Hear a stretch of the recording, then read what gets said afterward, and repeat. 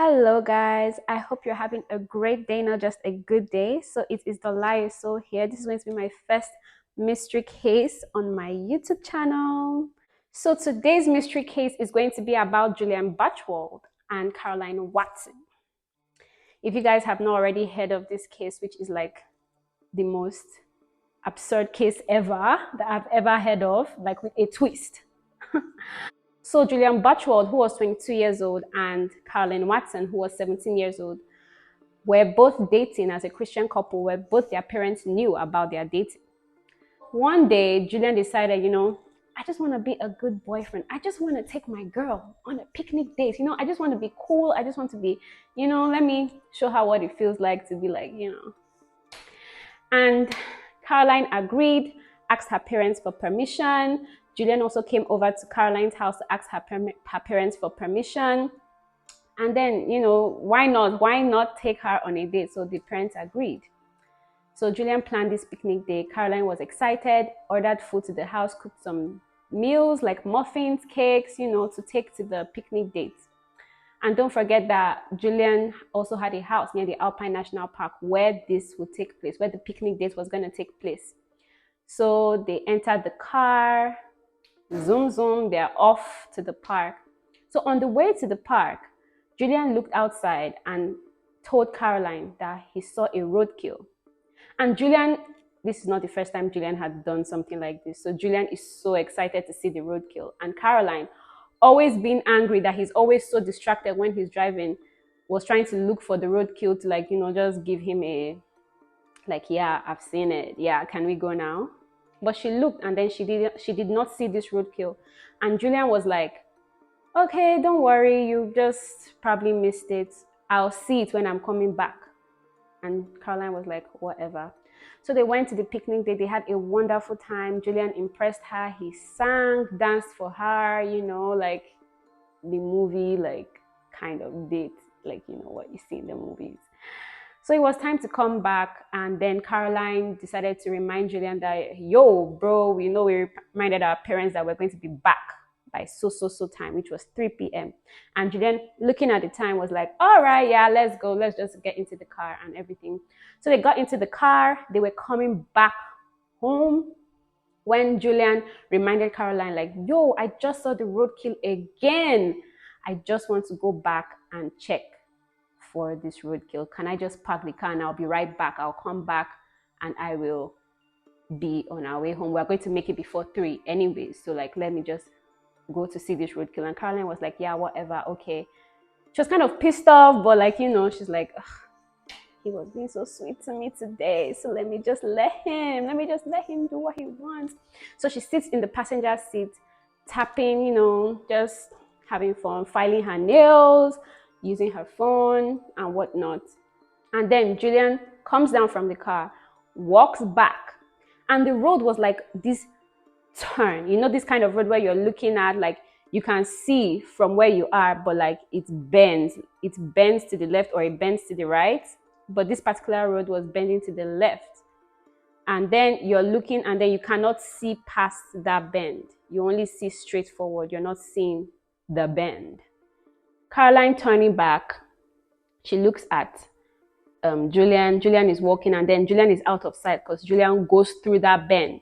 She just stays in the car waiting. 5 minutes, 10 minutes. She's like, oh my gosh, this actually is taking a very long time, because usually when Julian wants to check on a roadkill, it takes like 2 minutes tops, but it was getting to 5-10 minutes. She started getting pissed off. She started getting angry that, okay, we're supposed to be home by 3 and it's already almost 3. Like, where on earth is Julian? And when 45 minutes went by, she started becoming worried. Instead of getting angry, she started becoming worried. And then she starts biting her nails. She's nervous. She's thinking something happened to Julian. Meanwhile, Julian is just still in the forest looking at the roadkill, trying to get a good look of it, when something hits him from the back. Bam! And Julian blacked out. My boy blacked out. Carolynne is still waiting in the car. It's past an hour. It's past 3 o'clock, the time that they're supposed to be at home. And then she is just waiting for Julian to show up. And then she looks in the side mirror. She didn't see anything. She didn't see Julian coming. She keeps on waiting, and then it's an hour and 10 minutes past now, and now she gets like really scared, and she looks again by the side mirror, and then she sees someone wearing a black cameo, like a black, like the person was like just dressed in black, face covered, everything covered, and she's like so scared. She looks, and then at first she thinks that the person is just like passing by. I do not even know how you would think someone wearing all black is passing by. To be honest, if I was the one, I am coming out of that car and I am sprinting. I am sprinting because I'm seeing you wear all black. Your face is covered. Why is your face covered in broad daylight? Why? So she still stays in the car, and then she starts getting scared because the person now is running towards the car. And obviously my girl probably can't drive. The person starts sprinting to the car, and then she just starts yelling. And then the person comes to meet her.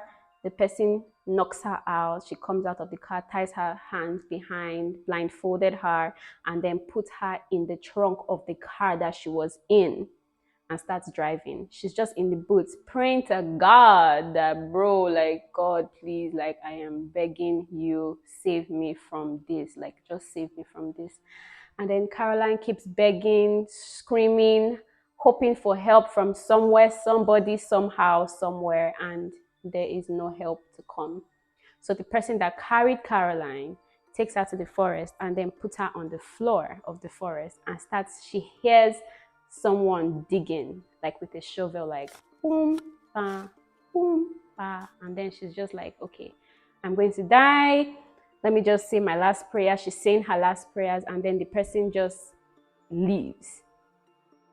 She just hears the person leaves, like the person doesn't do anything with her. She's just lying down on the floor, naked, because this guy stripped her naked, guys. She stripped her naked.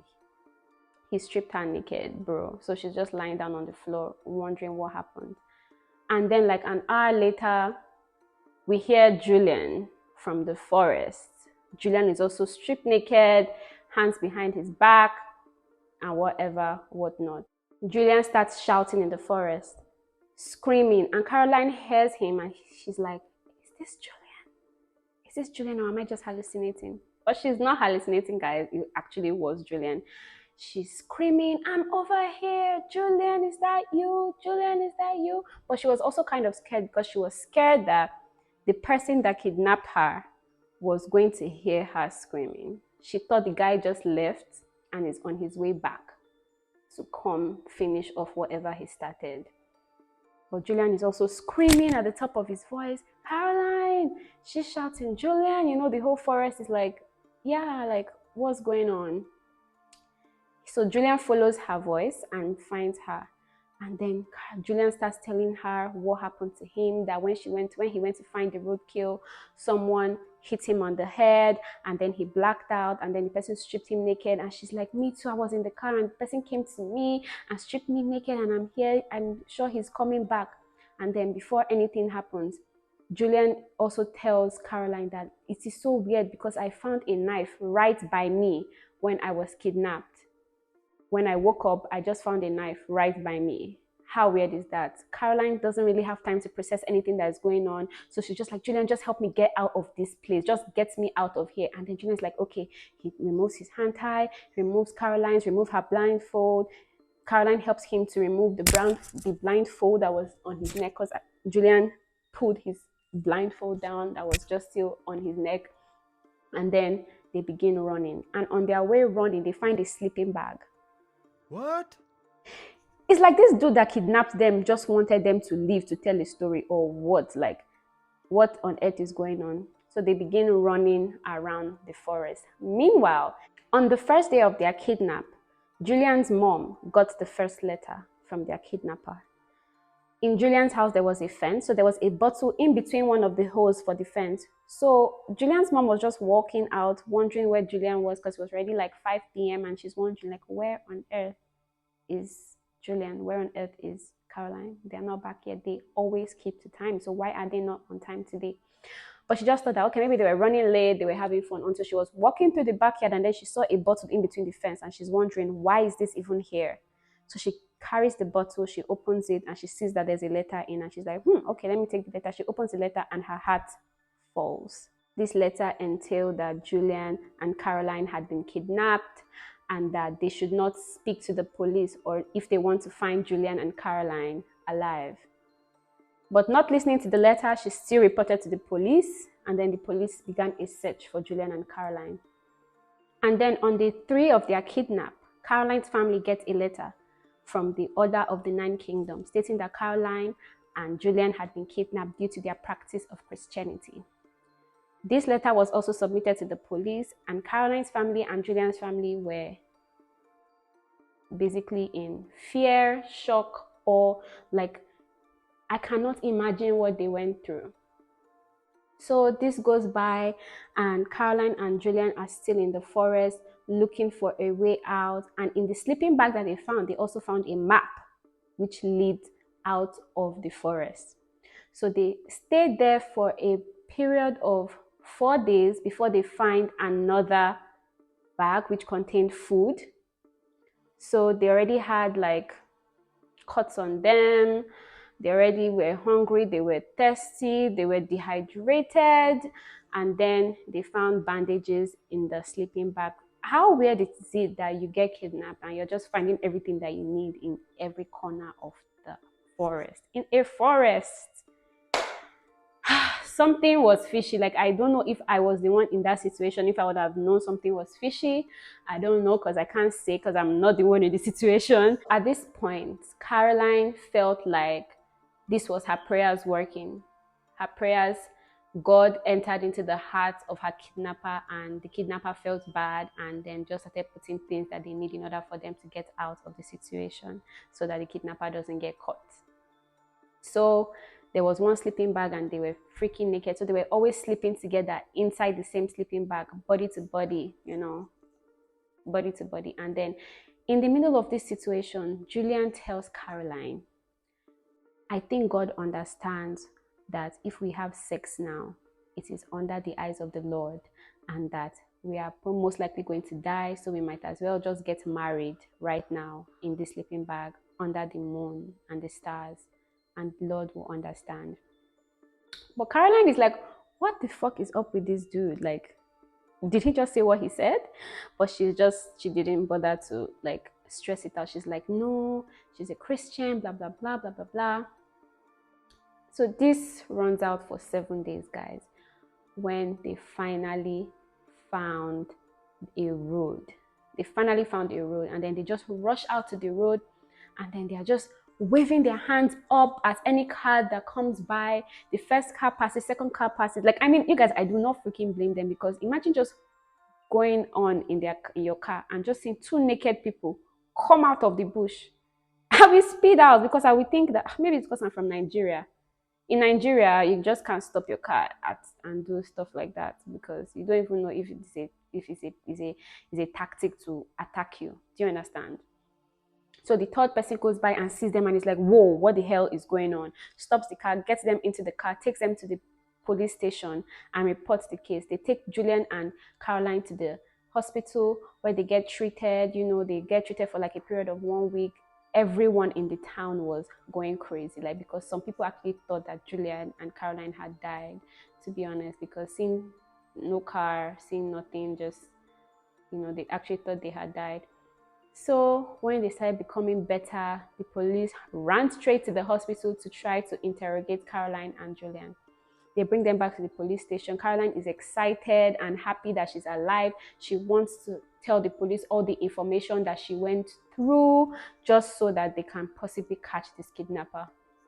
They go to the police station and they start putting down their statements. Carolyn tells the police their experience, and Julian also tells the police his experience.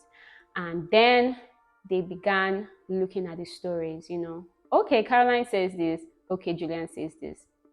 But Julian's story is not adding up, because the places where he said the kidnapper hit him, there were no bruises there. The only bruises that Julian had were on his body. The hits that they hit you, why is there no scar there? Why is there no open injury on anywhere on your head? You are fine. Julian starts wondering why the police is saying this. Like, are you trying to say I'm lying? Are you trying to say? The police like, no. I'm just saying that, you know, blah, blah, blah, blah, blah, blah, blah. Like, your story isn't adding up, bro. And he's like, you know what? I am not doing this anymore. I'm not speaking on this anymore since you guys don't want to believe me. The police like tries to calm Julian down, and then he just tells the person that brought them over, which was a farmer, by the way. The farmer was just passing by. The farmer, Julian and Carolynne, to take them to the road where this incident took place. This incident actually took place like 6 hours away from their home. They took them to a place that was 6 hours away from their home. Wow. So they enter into the forest to search for everything that was, you know, wrong, or if they could catch this kidnapper or something. And then they enter into the forest, and then they find the cutlass, they find the shovel that they used to dig Carolynne up, they find everything, they find the sleeping bags, they find every single thing. And the police is excited that, okay, yes, now we have a lead, something to make us catch this person. And then 2 days later, the police find out that all these things that were used to catch these 2 people are owned by Julian. So they bring Julian back to the police station, where Julian still denies everything. And then he gets heated. He gets like, you know, they just keep catching him in some type of lies, and they just keep, you know, if I was Julian, to be honest, at that point, just confess. Or, I don't know, like, what is the point of lying at this point, Julian? Tell me one reason why. Tell me one reason why, bro. Tell me one reason why. Because that makes no sense. I don't know. Or you could have just lied that all the utensils were just at the back of your car and the person actually took it to use it to kidnap you guys. I don't know, because you lying, I don't know, you saying that you don't know, it just makes you seem more, you know, they're already caught, bro. You're already caught. Just say the truth. You know, say the truth. Julian gets caught, and then Julian confesses to the fact that he actually was the one that kidnapped Carolynne and himself. And the police ask him, why would you do that to the girlfriend that you say you love? And Julian's reason was because Carolynne did not want to have sex with him until they got married. So he did all that to persuade Carolynne to have sex with him in the sleeping bag under the sun and the stars. Happy under the moon and the stars. Hell! So Julian, you did all that just to get laid. You did that just to get laid. So you are good enough not to rape her, but you are evil enough to kidnap her.